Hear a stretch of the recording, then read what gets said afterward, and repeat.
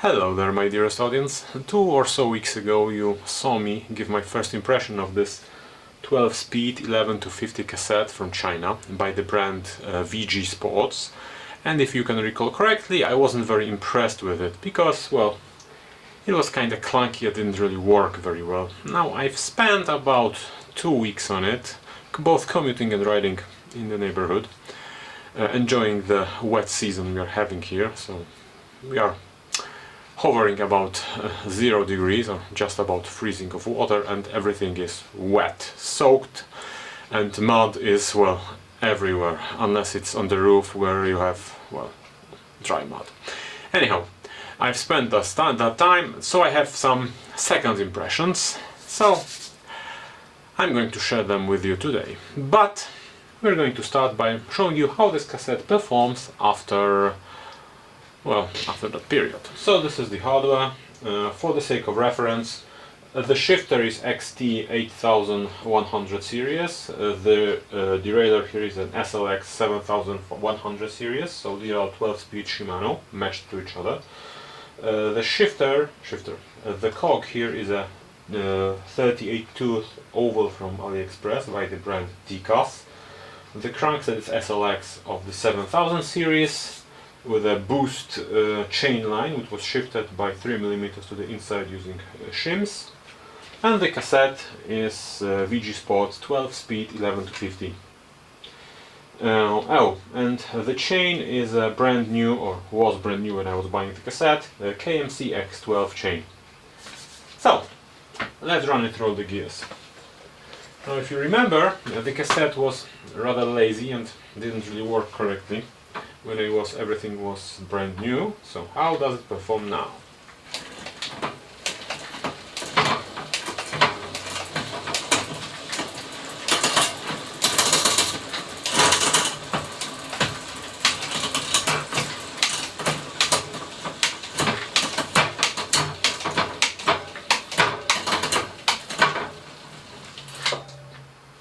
As you can see, understand, everything is perfect, but there's a story to it.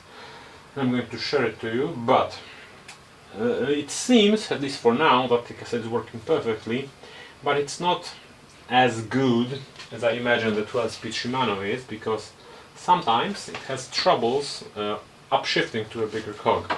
Or downshifting? I never understood the lingo there.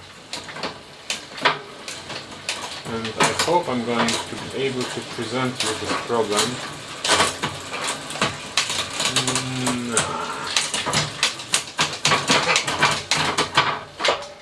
Obviously, when you want to show something, everything works perfectly. But it was like this: if you shift to a bigger cog, it's going to rattle, and then shift. Shimano doesn't really do that. Another problem with this cassette, which also happens rarely, but you could see the glimpse of it when I was on the lower gear.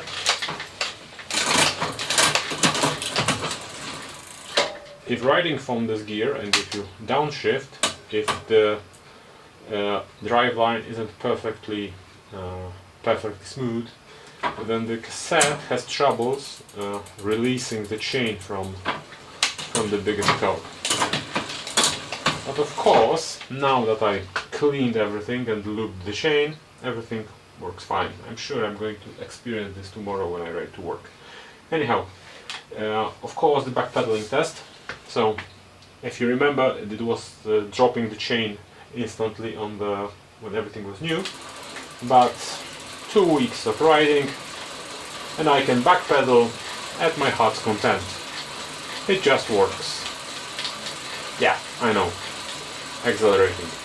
But I'm sure that this is because I have shifted the chain line using the shims here. If I was using a normal crankset, so without the shims and with the 50mm chain line, or God forbid boost, so if I didn't use the shims here, then I would be dropping the chain. But as you can see, everything works fine. So there you go. Everything seems to work really well now. So I was correct by thinking that maybe we need to wait a little bit and see if everything breaks down, or breaks in.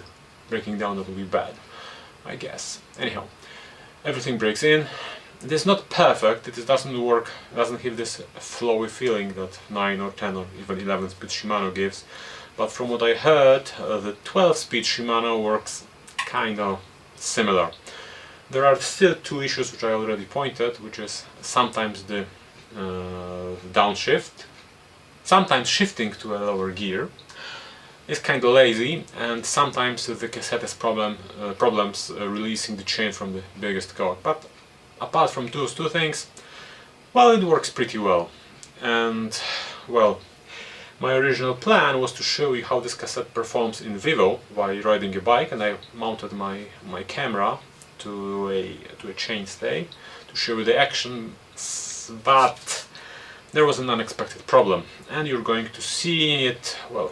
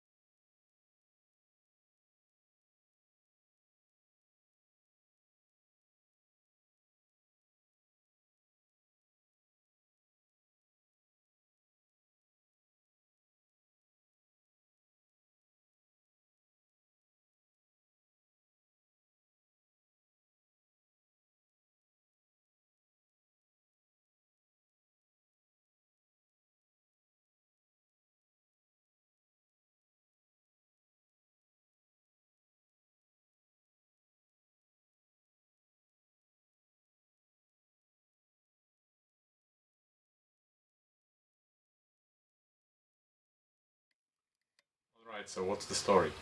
Well, when I mounted the cassette for the first time, I used a new chain, and in order to get the shifting to somewhat work, well, correctly, I used a new housing for the run from on the chainstay, and I used a new cable. And that seemed to kind of work. Well, you saw the results. When I actually started riding the bike, the 10 highest gears worked very well. The two lowest gears, the 50 and 42, had troubles. 50 wouldn't release the chain at all, and 40 needed a little spinning to get it going. In order to drop the chain from the 50 to 42, I needed to downshift, upshift, shift to 36, and then shift to 42, because there was some sort of hysteresis there.